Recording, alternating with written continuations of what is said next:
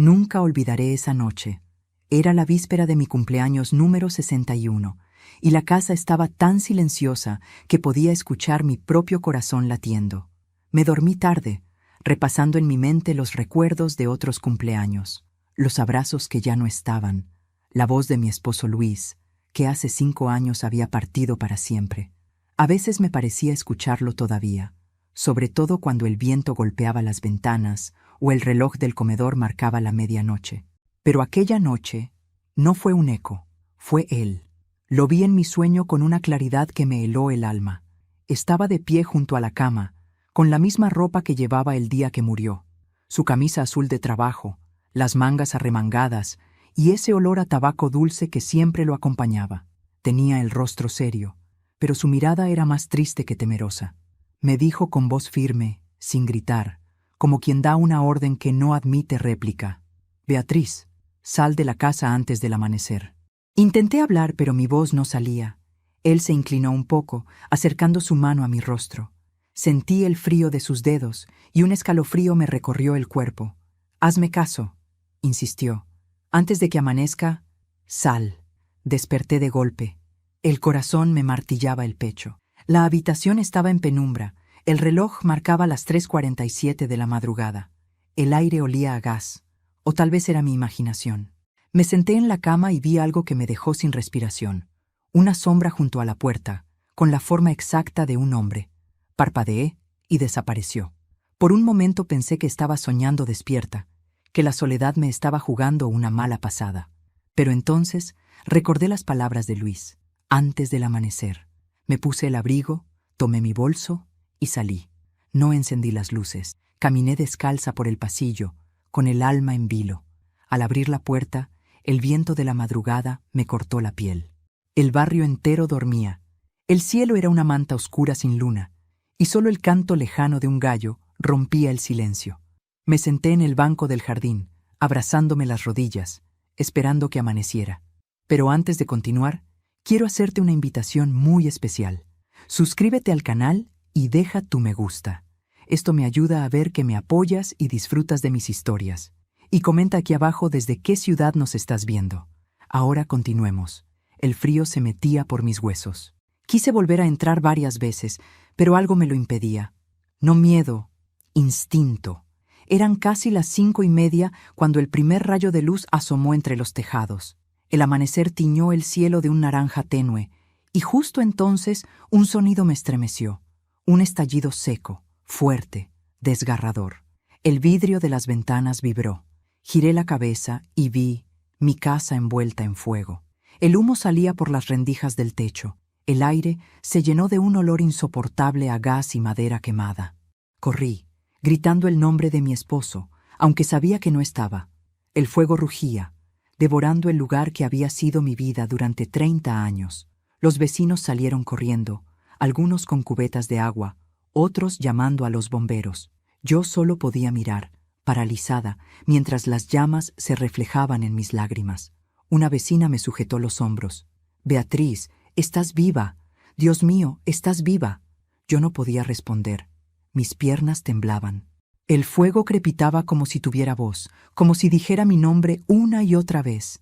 Y entre el rugido de las llamas, creí oír una frase, clara, precisa, inconfundible. «Te lo dije, Beatriz». Me cubrí la boca para no gritar. La voz venía del interior de la casa, de donde había estado nuestra habitación. Era la voz de Luis.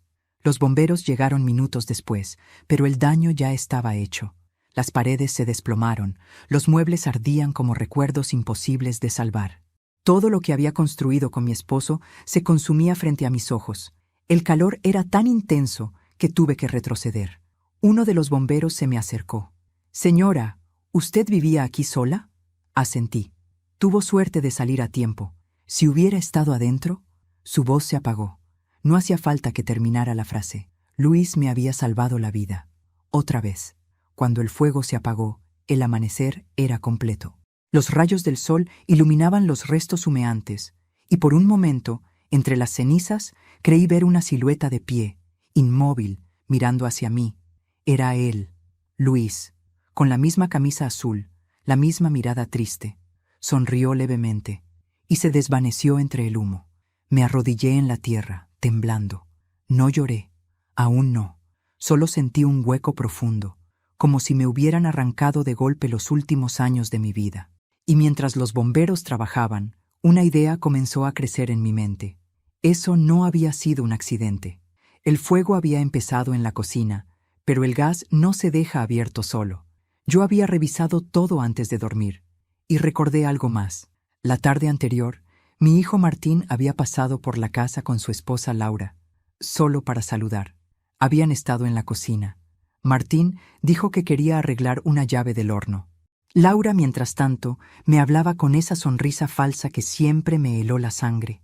El fuego no me había quitado la casa, me había abierto los ojos. Esa mañana, mientras los vecinos murmuraban y los bomberos hacían su informe, miré el humo que se elevaba al cielo y susurré: «Gracias, Luis, por advertirme, por no dejarme morir entre mentiras». Lo que aún no sabía era que aquel incendio no había sido el final de nada, sino el comienzo de una verdad mucho más oscura. Una verdad que cambiaría para siempre mi forma de ver a mi propio hijo. El olor a humo no se fue de mis manos durante días. Podía lavarlas una y otra vez, pero el perfume del desastre seguía ahí, impregnado en la piel, en la memoria, en cada rincón de mi mente. Había perdido la casa donde crecieron mis hijos, donde dormí junto al amor de mi vida, donde cada pared contaba una historia. Pero lo que más dolía no era la pérdida material, era la certeza muda de que alguien había querido verme morir. Esa mañana, los bomberos me permitieron acercarme a los restos. Llevaba un pañuelo cubriéndome la boca para no inhalar el polvo, y aún así, el aire ardía en la garganta. El jefe del equipo, un hombre robusto con voz grave, me explicó que el fuego había comenzado en la cocina. Una fuga de gas, señora Navarro. Probablemente la válvula del horno se quedó abierta, dijo sin mirarme a los ojos. Asentí, aunque dentro de mí algo gritaba: «Eso no es posible». Yo era meticulosa, demasiado. Desde que Luis murió, revisaba el gas 3 veces antes de dormir. A veces hasta tomaba una foto para estar tranquila. Esa noche lo hice también. Recordaba perfectamente haber cerrado la válvula, sentir el clic bajo mis dedos. Algo no encajaba. Entre los escombros reconocí los restos ennegrecidos del comedor. Allí, entre las sombras, brillaba un trozo de vidrio. Era el marco de una fotografía, medio derretido por el calor. Lo recogí con cuidado. Dentro, aún visible, estaba la imagen. Luis, nuestro hijo Martín y su esposa Laura, sonriendo en una reunión familiar de hace 3 años. Detrás de ellos, en la mesa, había un sobre blanco, uno que yo recordaba demasiado bien. Era el sobre donde Luis había guardado su testamento original. Me quedé observando esa foto durante largos minutos. El fuego no la había consumido del todo, como si el destino se hubiera empeñado en que la encontrara. En ese momento, un pensamiento me atravesó como un cuchillo. Ellos sabían. Martín había sido el último en manipular el horno. Laura, mientras tanto, revisaba mis cajones con la excusa de ayudarme a limpiar. La noche del incendio, ni uno ni otro me llamó para saber cómo estaba. Tuve que ser yo quien los contactara al día siguiente. Cuando por fin llegaron al lugar, lo hicieron con una frialdad que me heló el alma. Martín me abrazó brevemente, sin lágrimas, sin emoción. Laura, en cambio, fingía horror con la teatralidad de una actriz barata. «Ay, suegrita, qué tragedia», dijo, llevándose una mano al pecho. «Menos mal que usted salió a tiempo». Yo solo la miré. En sus ojos no había miedo, sino alivio. Durante el almuerzo en casa de mi vecina Teresa, que me había ofrecido refugio temporal, Martín trató de convencerme de algo. «Mamá, tienes que venirte con nosotros. No puedes quedarte sola». «¿Con ustedes?», pregunté, sin levantar la voz. «Sí, claro. Laura y yo te cuidaremos hasta que todo se arregle. Hasta que todo se arregle». Esa frase me hizo sonreír con amargura. Sabía perfectamente que lo que él quería era tenerme cerca, para controlar lo que quedaba. No era la primera vez que intentaba meter mano en mis asuntos desde que su padre murió. Años atrás, Luis había dejado instrucciones claras. La casa y el terreno seguirían a mi nombre hasta el día de mi muerte, momento en el cual se repartirían entre los hijos. Pero hace unos meses, Martín había insistido en ayudarme con los papeles. Decía que quería facilitarme las cosas, que todo quedara ordenado. Ahora entendía lo que eso significaba. Acepté irme con ellos, aunque por dentro hervía. No por odio, sino por curiosidad peligrosa. Necesitaba saber qué más estaban ocultando. El primer día en su casa, todo parecía normal. Demasiado normal. Laura sonreía a cada paso, me preparaba café, me mostraba la habitación donde dormiría. Hicimos algunos arreglos, suegrita, para que se sienta como en casa. Gracias, respondí, conteniendo el temblor en la voz. Por las noches, sin embargo, algo me quitaba el sueño. Escuchaba susurros en el pasillo, pasos que se detenían frente a mi puerta. A veces creía oír el sonido de una llave girando lentamente, como si alguien probara si estaba cerrada. Una madrugada, abrí los ojos y vi una sombra pasar por debajo del umbral. Laura. La reconocí por el perfume. Fingí dormir. La escuché abrir mi bolso y remover mis cosas. Cuando se fue, me levanté despacio. El cajón de mi mesa estaba entreabierto. Faltaba el juego de llaves de la propiedad. Esa mañana, mientras tomábamos el desayuno, le pregunté a Laura, ¿has visto mis llaves? ¿Sus llaves? No, ni idea. Curioso, las tenía anoche en mi bolso. Quizás las perdió en el incendio, suegrita. Con tanto humo y confusión. Sonrió. Esa sonrisa fue la confirmación que necesitaba. No dije nada más. Tenía que moverme con cuidado. Sabía que si mostraba mis sospechas demasiado pronto, me aislarían. Y esta vez no tendría a Luis para advertirme. Aquel día, mientras Martín estaba en el trabajo, decidí revisar su estudio. Era un cuarto pequeño, lleno de carpetas y documentos. Entre ellas, encontré un sobre con el membrete del Banco del Norte. Dentro, un contrato de préstamo a su nombre. Y en la parte inferior, mi firma falsificada. El préstamo había sido hecho 3 semanas antes del incendio. El monto era exactamente igual al valor estimado de mi casa. Sentí un vértigo tan fuerte que tuve que sentarme. Las manos me temblaban. Martín no solo había intentado robarme, había hipotecado mi casa como si ya no existiera. Guardé el documento en mi bolso. Esa noche, cuando él regresó, fingí que todo estaba bien. Me pidió que le contara otra vez cómo había sido el incendio, con una insistencia extraña. ¿Estás segura de que no dejaste el gas abierto, mamá?, dijo, bajando la mirada. Segurísima, hijo, respondí. Ya sabes que soy cuidadosa. Sí, claro, murmuró. Por dentro hervía de dolor. No podía entender en qué momento mi hijo se había convertido en un extraño. Recordé cuando de niño me traía flores del jardín, cuando lloraba si yo me enfermaba. ¿Dónde había quedado ese niño? ¿En qué momento lo perdí? Esa noche recé por primera vez en meses. No pedí venganza, pedí claridad. Y justo antes de dormir, volví a sentirlo. El mismo olor a tabaco. El mismo murmullo grave de Luis, junto a mi oído. Aún no han terminado contigo. Me desperté sudando, y en ese instante lo supe. El incendio había sido solo el primer intento. Cuando acepté quedarme en casa de mi hijo, lo hice por una sola razón. Necesitaba verlos actuar de cerca. No era amor ni miedo, era estrategia. A esa altura, el dolor había dejado de doler y se había convertido en lucidez. Una mujer que ha sobrevivido al fuego aprende a leer las brasas antes de que se enciendan. Laura parecía encantada de tenerme allí. El primer día me preparó el desayuno, me acompañó a la farmacia y hasta me compró una manta nueva. Para que duerma calentita, suegrita, me dijo con esa sonrisa que no llegaba a los ojos. Su amabilidad era una máscara perfecta, y detrás de ella se escondía algo que ya no podía disimular: impaciencia. Martín, en cambio, evitaba quedarse mucho tiempo en casa. Me saludaba con cariño mecánico, como quien cumple un deber. A veces lo veía salir de madrugada con el celular en la mano y volver con olor a alcohol y perfume ajeno. Yo fingía dormir, pero mis oídos, acostumbrados a los silencios largos, lo escuchaban todo. Una tarde, mientras Laura cocinaba, el timbre sonó. Ella secó sus manos con rapidez y se asomó por la ventana antes de abrir. ¿Quién es?, pregunté. El contador de Martín, respondió, nerviosa. Viene a dejar unos papeles del trabajo. El hombre entró sin mirarme. Llevaba un maletín de cuero y una expresión apurada. Dejó un sobre la mesa, intercambió unas palabras con Laura y se marchó. pero lo que me llamó la atención fue que ella corrió a esconder el sobre en su bolso. Esa misma noche, cuando todos dormían, me levanté en silencio. El bolso estaba sobre una silla, junto a la puerta. Lo abrí con cuidado. Dentro, además de maquillaje y llaves, encontré el sobre del contador. Y dentro de él, una copia del testamento falsificado de Luis. No pude contener el temblor en las manos. El documento tenía mi nombre, pero la firma no era mía.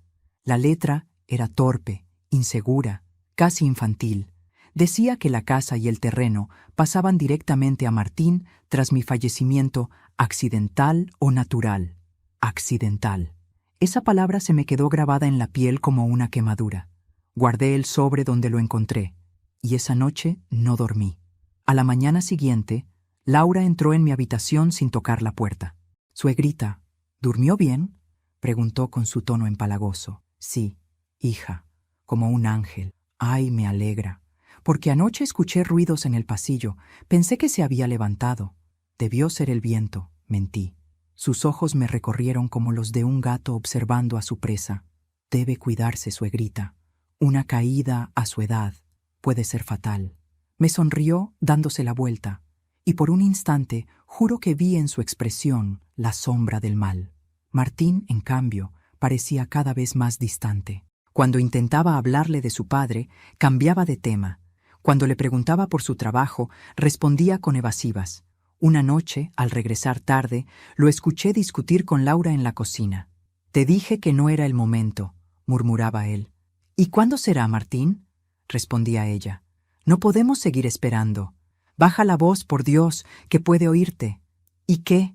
Si apenas puede subir las escaleras, no va a durar mucho». El alma se me encogió. Eran mis propios hijos los que planeaban mi final. Y sin embargo, en lugar de miedo, sentí una calma extraña. Una que solo siente quien ya no tiene nada que perder. Al día siguiente fingí un desmayo. Caí en el pasillo mientras Laura hablaba por teléfono.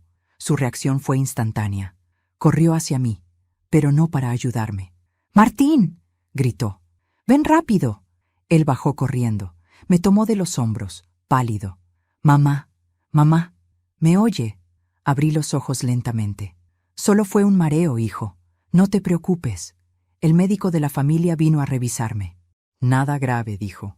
«Estrés, probablemente». Pero el efecto fue justo el que buscaba. Laura y Martín bajaron la guardia.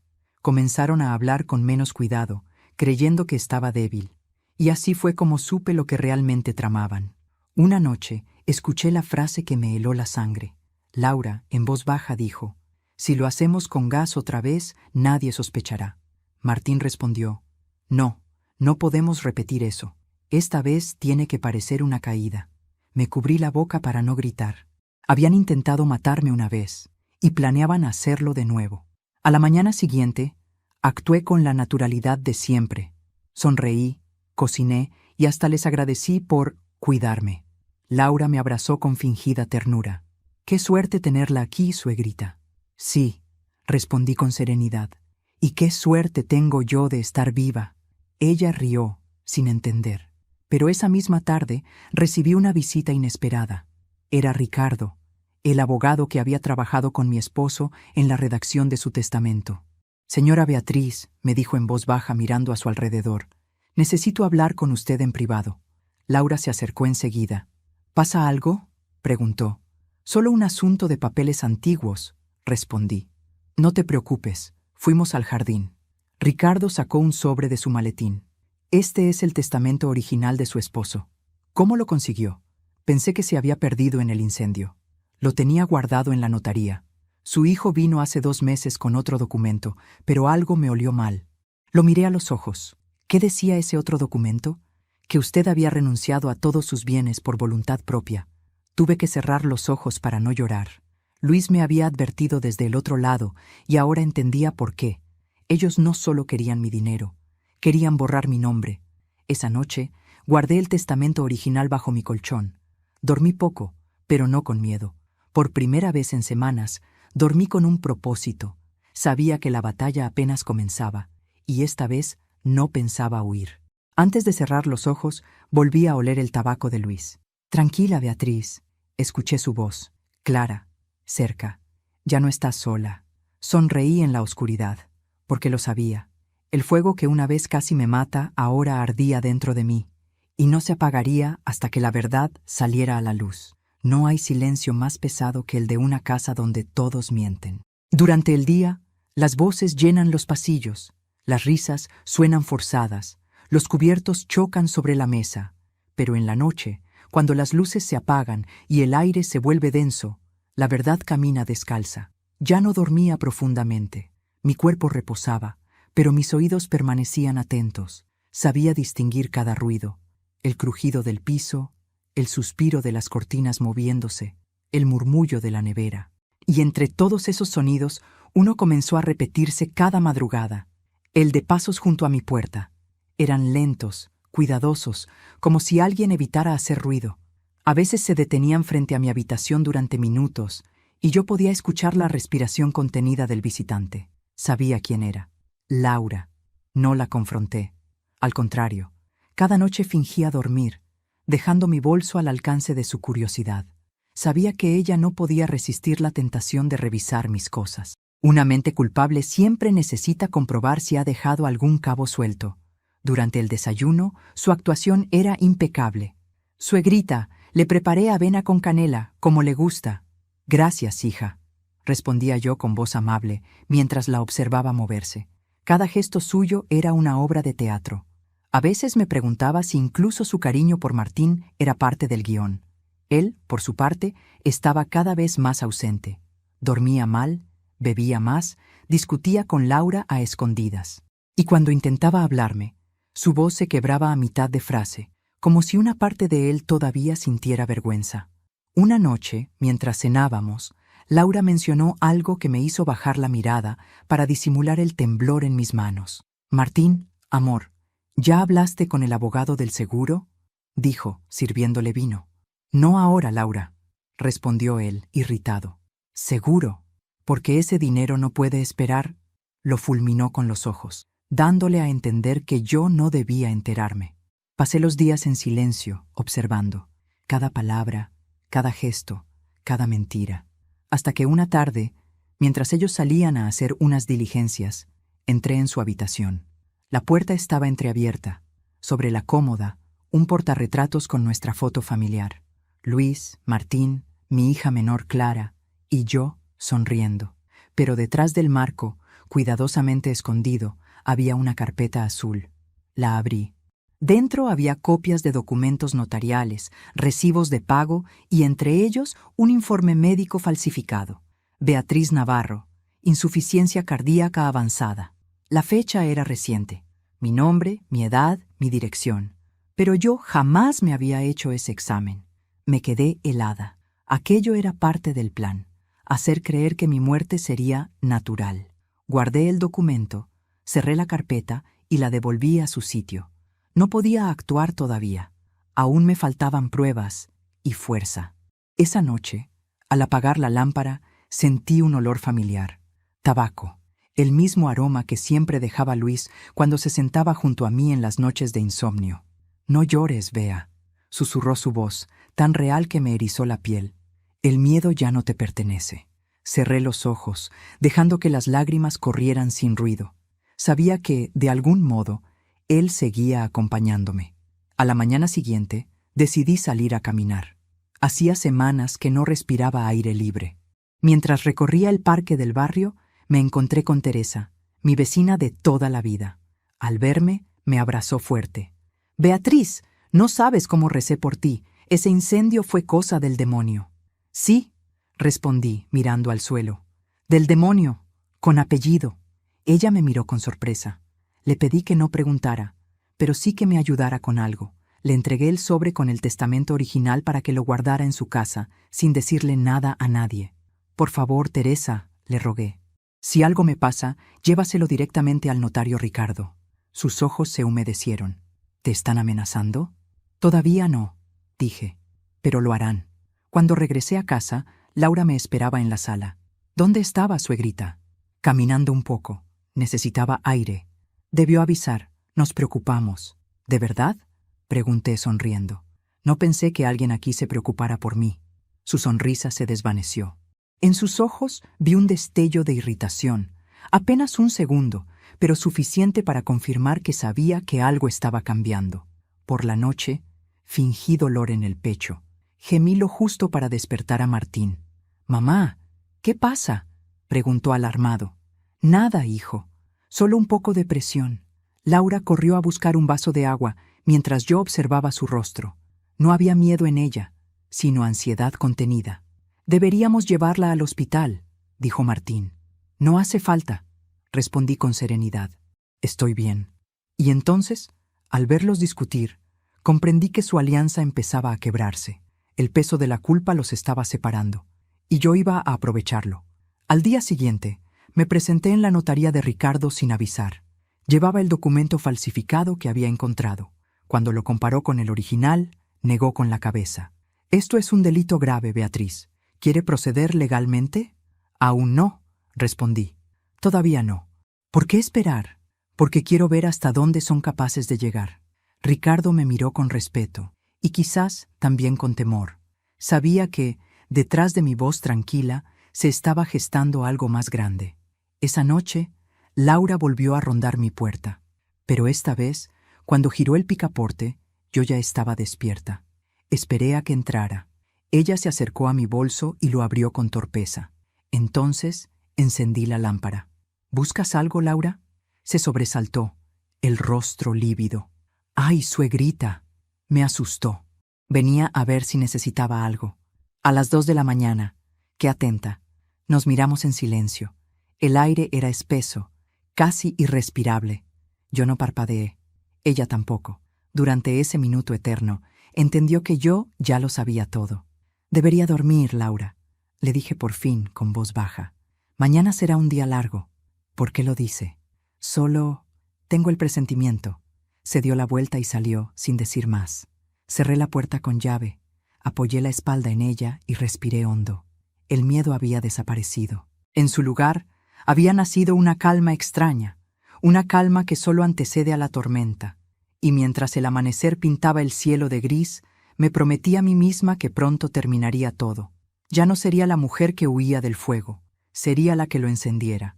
Dicen que el silencio es el lenguaje de los sabios. Yo aprendí que también es el arma de los sobrevivientes. Después de tanto tiempo viviendo rodeada de mentiras, entendí que a veces la mejor manera de atacar es fingir que ya estás vencida. Comencé mi actuación una mañana cualquiera. Durante el desayuno, dejé caer la taza de café.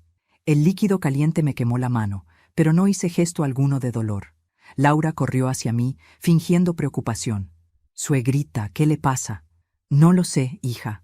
Últimamente todo se me cae de las manos». Martín me miró con el ceño fruncido, preocupado, pero no tanto por mi salud como por la posibilidad de que su plan se complicara.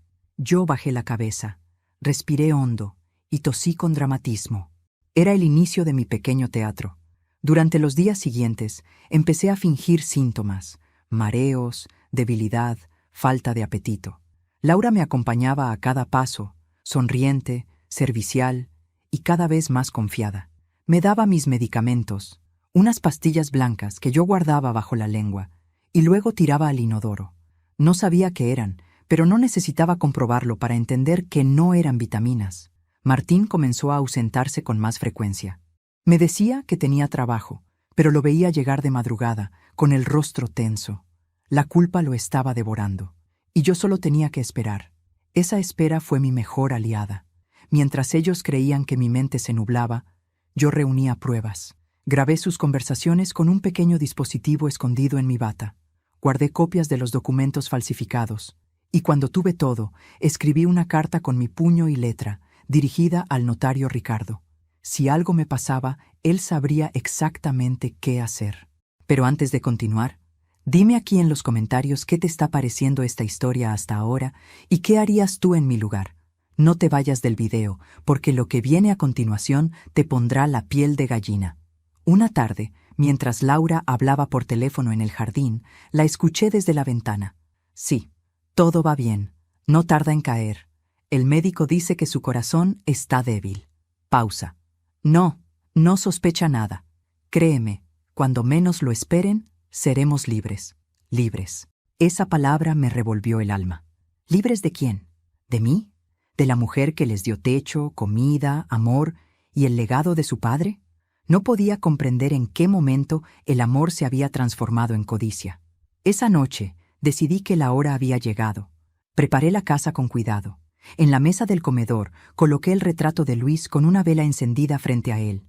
Puse música suave, la misma que escuchábamos en nuestros aniversarios. Laura se extrañó. «¿Qué ocurre, suegrita?» «Nada, hija. Solo quiero agradecerles por cuidarme». Martín se sentó frente a mí, nervioso. Laura sonreía. ¿Agradecernos? No hacía falta, mamá. Serví vino en 3 copas. Tomé un sorbo, despacio. «Quiero brindar», dije. «Por la familia». Martín levantó su copa con mano temblorosa. Laura me imitó. Bebimos. Durante unos minutos reinó el silencio, hasta que saqué un pequeño control remoto de mi bolsillo. Martín me miró, confundido. «¿Qué es eso, mamá?» «Un recuerdo». Presioné el botón y la televisión se encendió. En la pantalla apareció una grabación. Las voces eran inconfundibles, las de ellos. «Si lo hacemos con gas otra vez, nadie sospechará». «No, mejor que parezca una caída». El color desapareció del rostro de mi hijo. Laura se levantó de golpe. «¿Qué es esto? Eso es mentira». «¿Mentira?», pregunté, con una calma que ni yo reconocía. «Escucha el final». La grabación seguía. «Tarde o temprano, la vieja caerá, y todo será nuestro». Laura me gritó que estaba loca, que todo era un montaje. Martín, sin palabras, hundió la cara entre las manos. «Mamá, yo no era así. No lo pensaba». «Pero lo dijiste», respondí, sin alzar la voz. «Y eso basta».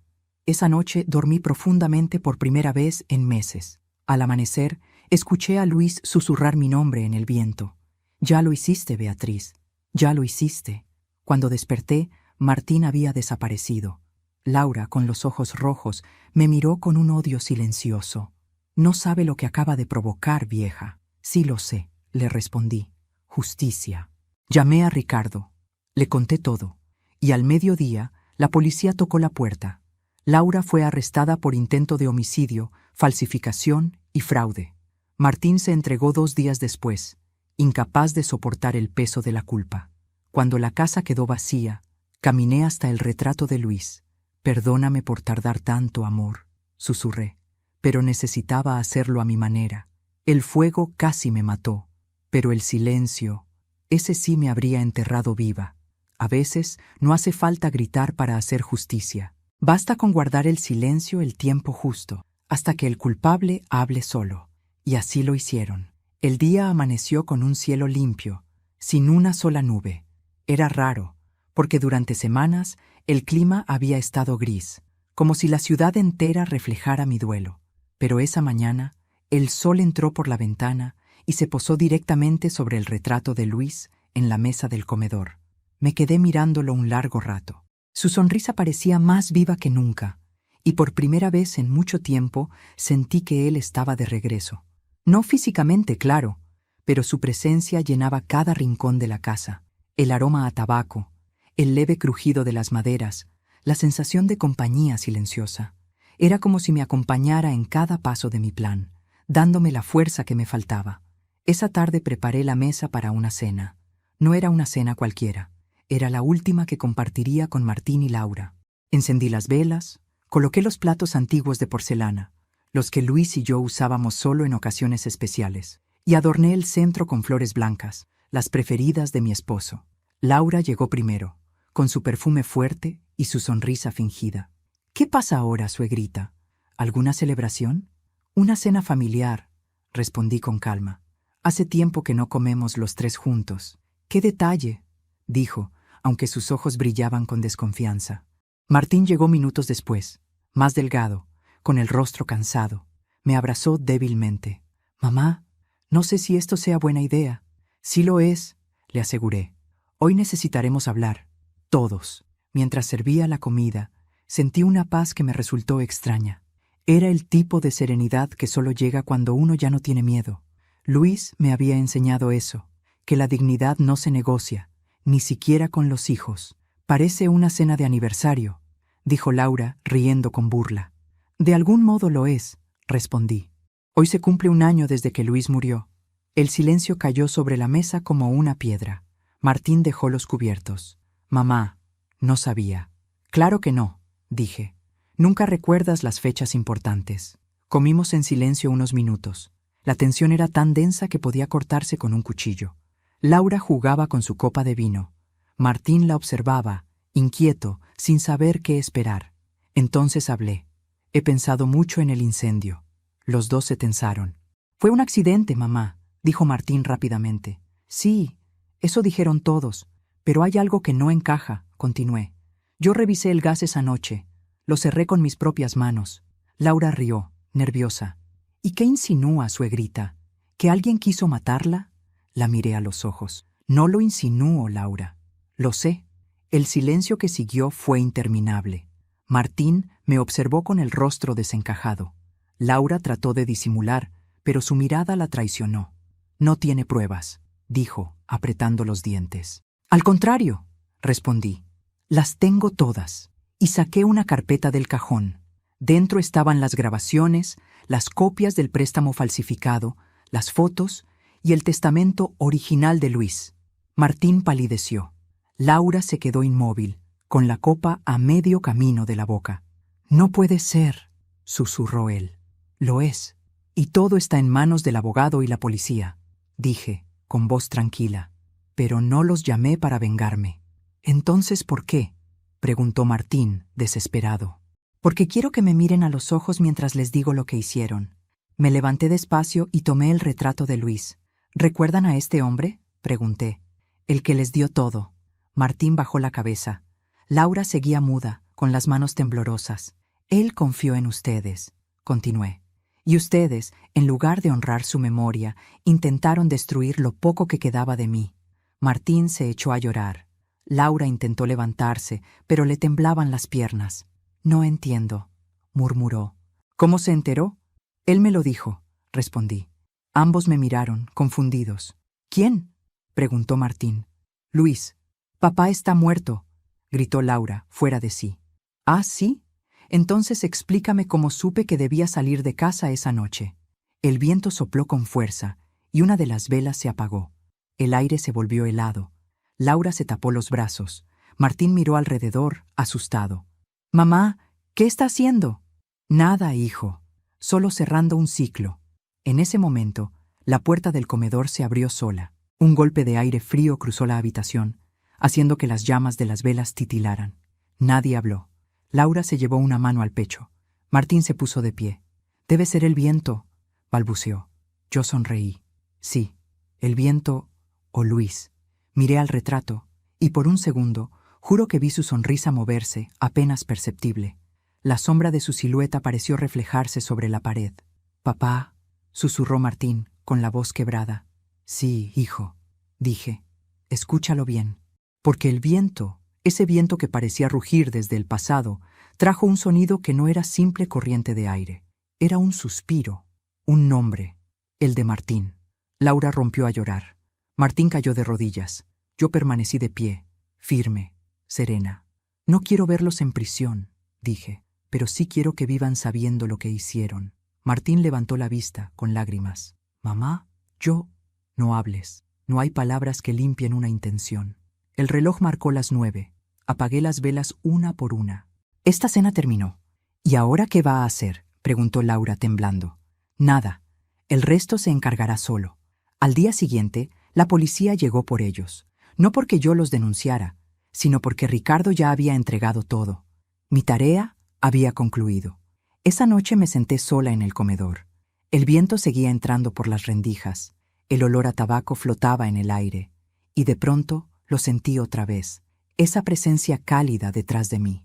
«Gracias, Luis», susurré, «por advertirme y por volver». El marco del retrato cayó al suelo sin que nadie lo tocara, pero el cristal no se rompió. Lo tomé entre mis manos y vi que la sonrisa de Luis parecía más clara que nunca. Cerré los ojos y sentí una brisa suave recorrerme el rostro. Y entonces supe que no estaba sola. Nunca lo estuve. El silencio tiene un sonido propio. No lo había notado hasta entonces. Es un eco lento que se cuela entre los espacios vacíos, un murmullo que acaricia lo que ya no está. Después de todo lo que había ocurrido, después de la verdad, las lágrimas, los gritos y los juicios, solo quedó eso, silencio. Un silencio distinto, sin miedo, sin mentiras, un silencio limpio. La casa donde ahora vivía era pequeña, de paredes claras y ventanas que daban al jardín. A veces me costaba acostumbrarme a tanto espacio libre, a no escuchar pasos furtivos o voces que susurraban a mis espaldas, pero poco a poco comencé a amar esa calma. Cada amanecer era una promesa. Podía respirar sin sentir que alguien esperaba mi último suspiro. Aún así, había algo pendiente, una voz interior que me pedía cerrar el círculo, no con palabras, sino con un gesto. Por eso, una mañana, después de mucho pensarlo, decidí volver al lugar donde todo había comenzado, mi antigua casa, o mejor dicho, sus ruinas. Al llegar, el aire olía a humo viejo y tierra mojada. La lluvia de los últimos días había lavado parte del hollín, pero aún se veían las huellas negras del fuego sobre las paredes derrumbadas. El portón estaba oxidado. Cuando lo empujé, chirrió con un lamento largo, como si la propia casa reconociera mi presencia. Di unos pasos lentos, mirando a mi alrededor. El jardín que antes estaba lleno de rosas era ahora un terreno áspero cubierto de maleza. Las ventanas no existían. El suelo, ennegrecido, estaba lleno de fragmentos de vidrio, cerámica rota y pedazos de mi vida. Cada pedacito contaba una historia. Me detuve frente a donde solía estar la cocina. Recordé a Luis sentado en la mesa, leyendo el periódico mientras yo preparaba café. «Bea, ¿sabes qué es lo que más me gusta del café?», solía decirme. «¿Qué?», le respondía. «Que huele a hogar». Sonreí, aunque las lágrimas me ardieron en los ojos. No había café esa vez, solo el olor agrio del pasado. Avancé hacia el pasillo. Las paredes, o lo que quedaba de ellas, estaban cubiertas de ceniza. El marco de una puerta aún se mantenía en pie, como un arco solitario resistiendo al olvido. El viento soplaba con suavidad, levantando el polvo en pequeños remolinos. Y fue entonces cuando algo llamó mi atención, un destello entre los escombros. Me agaché con esfuerzo. El cuerpo me dolía, pero el alma me empujaba. Aparté los trozos de madera, una a una, hasta que mis dedos tocaron algo frío, metálico. Era un anillo. Mi corazón se detuvo por un instante. Lo levanté con cuidado, y al verlo, un sollozo se me escapó sin control. Era el anillo de bodas de Luis, el mismo que llevaba el día de nuestra boda, con la inscripción diminuta en el interior. B y L, 1978. Me quedé mirándolo, incapaz de contener las lágrimas. Había sobrevivido al fuego, al tiempo, al olvido. Era como si Luis me estuviera diciendo que, a pesar de todo, el amor también puede resistir las llamas. Mientras lo sostenía entre los dedos, recordé el día que me lo puso por primera vez. Fue una tarde cálida de diciembre. Éramos jóvenes, ingenuos, felices. Luis temblaba más que yo. «No sé si merezco tanto», me dijo, «pero prometo aprender a hacerlo». Yo reí y le respondí: «El amor no se merece, Luis. Se cuida».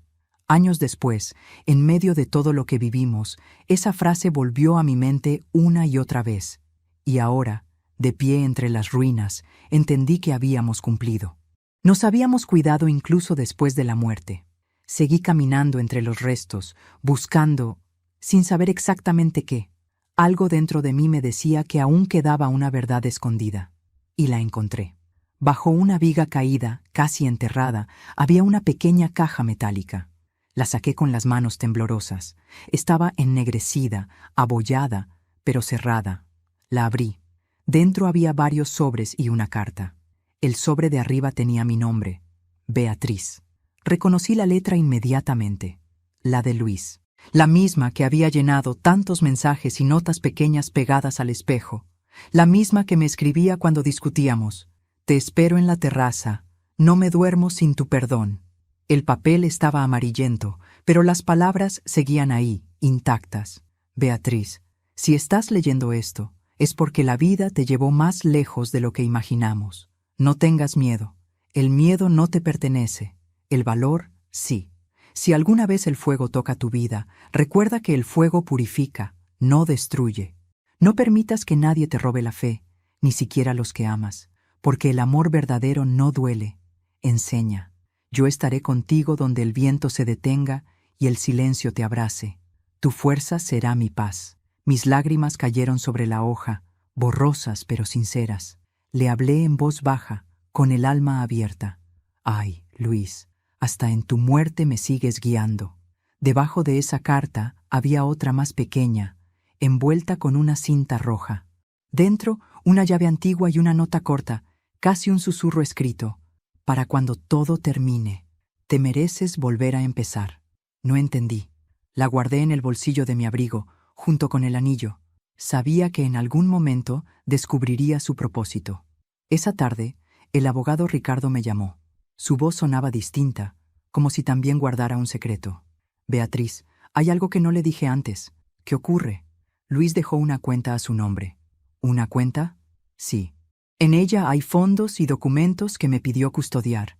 Dijo que debía entregárselos solo si usted llegaba viva a este punto. ¿Y cómo sabía él que...? No lo sé, señora Navarro, pero me pidió una frase exacta. Dígale que el fuego no fue un final, sino un comienzo. Sentí que el corazón se me encogía. La llave. Esa llave era de esa caja. Luis había pensado en todo, incluso en la posibilidad de que yo tuviera que renacer entre las cenizas. Esa noche volví a las ruinas por última vez. Llevaba conmigo el anillo, la llave y las cartas. El cielo estaba despejado, y la luna iluminaba el terreno como una lámpara de plata. Me senté sobre el muro caído de lo que alguna vez fue nuestra habitación. El aire era frío, pero no dolía. Olía a tierra, a ceniza y a tabaco. Ese aroma inconfundible. ¿Eres tú, Luis?, susurré. No hubo respuesta, pero el viento se movió de pronto, suave, envolvente, como una caricia en el cabello. Cerré los ojos y lo sentí tan cerca que el alma me tembló. Ya estás libre, Beatriz. La voz no sonó afuera, sonó dentro, dentro de mi pecho, dentro de mi memoria, dentro de todo lo que alguna vez fui. Abrí los ojos, el cielo estaba amaneciendo. El horizonte ardía en tonos rosados, y por un instante, el fuego del pasado se transformó en luz pura. Entonces lo comprendí. Luis nunca me pidió huir del fuego. Me pidió buscar el amanecer. Me quedé allí hasta que el sol estuvo alto. Cada rayo era una bendición, una nueva respiración del alma. Cuando finalmente me puse de pie, miré atrás una última vez. Las ruinas ya no me parecían una tumba. Eran un testimonio. Lo que se quema no siempre desaparece. A veces renace distinto. Volví caminando lentamente por el camino de tierra. Las aves cantaban y el aire olía a promesa. En mi bolsillo, la llave parecía vibrar como si tuviera su propio pulso. Sabía que aún me quedaba un paso por dar, abrir esa nueva puerta. Esa tarde fui al banco. Entregué la llave, el número que Ricardo me había dado, y esperé. El gerente regresó con una pequeña caja de seguridad. Dentro había una carpeta, una escritura y una nota final. Beatriz, este terreno frente al mar te pertenece. Es nuestro refugio. Ve allí cuando el ruido de la vida te canse.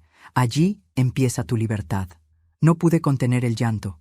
Luis lo había planeado todo, no como un escape, sino como una segunda oportunidad. Esa noche, ya en casa, encendí una vela junto al retrato de Luis. El fuego danzaba, reflejando su sonrisa en el vidrio. Le hablé bajito. Gracias por no dejarme morir, por enseñarme que incluso el fuego puede tener alma. Apagué la vela con un suspiro. La oscuridad ya no me asustaba, porque en mi interior la luz seguía encendida. Y mientras el viento entraba por la ventana, trayendo el olor a tabaco y sal del mar, sentí que Luis caminaba a mi lado, silencioso, satisfecho. El fuego nos separó, amor mío, pero la verdad nos volvió a unir. A veces la vida te quita todo para que aprendas a mirar lo esencial. Yo lo entendí cuando me vi frente al mar, con las manos vacías y el alma por fin en paz. Habían pasado meses desde aquella noche en que la verdad salió a la luz. Meses en los que aprendí a respirar sin miedo, a dormir sin cerrar las puertas, a hablar sin temblar. Vivía en la pequeña casa que Luis había dejado para mí, en aquel terreno frente al océano que nunca supe que existía. Una casita blanca, sencilla, con ventanas grandes y olor a madera nueva. Desde mi habitación podía escuchar las olas rompiendo contra las rocas y el canto de las gaviotas al amanecer. El mar se convirtió en mi compañero, y el viento, en el mensajero de todo lo que no se dice, pero se siente. Cada día comenzaba igual. Me levantaba temprano, encendía una vela frente al retrato de Luis y abría las ventanas para dejar entrar la brisa. Ya no me asustaba el olor a humo o el sonido de las puertas moviéndose con el aire. Ahora sabía que no eran señales de muerte, sino recordatorios de vida. Era él, saludándome a su manera. Al principio, la soledad me dolía. Estaba acostumbrada a servir, a cuidar, a vivir para otros, y de repente debía aprender a vivir para mí. Me costó aceptar que mi casa estaba vacía, que ya no había pasos ajenos ni voces que fingían cariño. Pero con el tiempo comprendí que el silencio no era castigo, era un regalo. Empecé a escribir en un cuaderno nuevo, con tapas azules, no para recordar el pasado, sino para agradecer. Anotaba pequeñas cosas: el olor del pan caliente, el sonido del mar de madrugada, la calma de no tener que mentir, y una frase que repetía cada mañana: sobreviví al fuego y aprendí a amar las brasas. Un día, mientras regaba las flores, un joven del pueblo se acercó. Era Daniel, hijo de un pescador que vivía cerca. ¿Usted es la señora Navarro?, preguntó con timidez. Sí, respondí. Mi padre me habló de su historia. Dijo que usted venció al fuego. Sonreí. No lo vencí, Daniel. Solo aprendí a no temerle.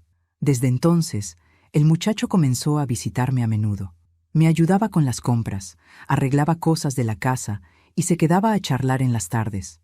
Era noble, curioso, lleno de vida. A veces me recordaba a Martín cuando era pequeño, antes de que la codicia le robara la inocencia. Una tarde le conté parte de mi historia, no toda, porque hay heridas que no se deben abrir dos veces. Él me escuchó en silencio, y al final me dijo algo que me marcó. Mi padre siempre dice que las personas que sobreviven al fuego no se queman nunca más, solo brillan distinto. Lo miré a los ojos y supe que tenía razón. Poco a poco comencé a redecorar mi nueva vida. Colgué las cortinas que había salvado del incendio, restauré una vieja silla que encontré en el mercado y planté rosas blancas en el jardín. Las llamé las hijas del fuego. Cada vez que florecían, el aire se llenaba de perfume, como si la vida quisiera recordarme que la belleza también nace de la ceniza. Empecé a recibir visitas de mujeres del pueblo, muchas de ellas viudas o mayores como yo. Venían a tomar té, a charlar, a reír. Al principio me llamaban la señora del fuego. Con el tiempo me decían Doña Beatriz, y sin quererlo me convertí en un refugio para las que, como yo, habían perdido algo, pero aún tenían ganas de vivir. Una noche de diciembre, justo en la víspera de mi cumpleaños, me senté frente al mar. Era la misma fecha en que Luis se me había aparecido en sueños aquel año fatídico. El cielo estaba despejado y las estrellas parecían más cercanas que nunca. Encendí una vela junto a mí y cerré los ojos. Gracias, amor, susurré, por no dejarme caer, por seguir guiándome. El viento sopló suave y la llama de la vela se inclinó sin apagarse. El olor a tabaco apareció, nítido, envolvente, como una caricia que ya conocía. Sonreí. No necesitaba verlo para saber que estaba ahí. Te prometo que seguiré viviendo, Luis, dije, mirando al cielo. No por obligación, sino por amor. Al amanecer, el mar estaba en calma. El sol emergía del horizonte con un brillo dorado que parecía incendiar el agua sin quemarla. Me quedé observando esa imagen, comprendiendo que ese era el verdadero fuego del que Luis me habló, el que no destruye, sino que transforma, el que purifica el alma. Me puse de pie, respiré hondo y sentí una ligereza que no había sentido en años. Era como si, finalmente, la vida me estuviera devolviendo lo que el miedo me había quitado. Volví a casa y al pasar frente al espejo, noté algo que me sorprendió. Mi reflejo ya no era el de una mujer rota. Era el de alguien que había sobrevivido, que había aprendido, que había perdonado. Y en mis ojos lo vi a él, a Luis, sonriendo desde algún lugar del otro lado del tiempo. Esa tarde escribí la última página de mi cuaderno azul. No quería que fuera un final triste, sino una despedida luminosa. Escribí: el fuego quiso destruirme, pero no sabía que yo también era fuego. Luis me salvó una vez, pero después tuve que salvarme sola.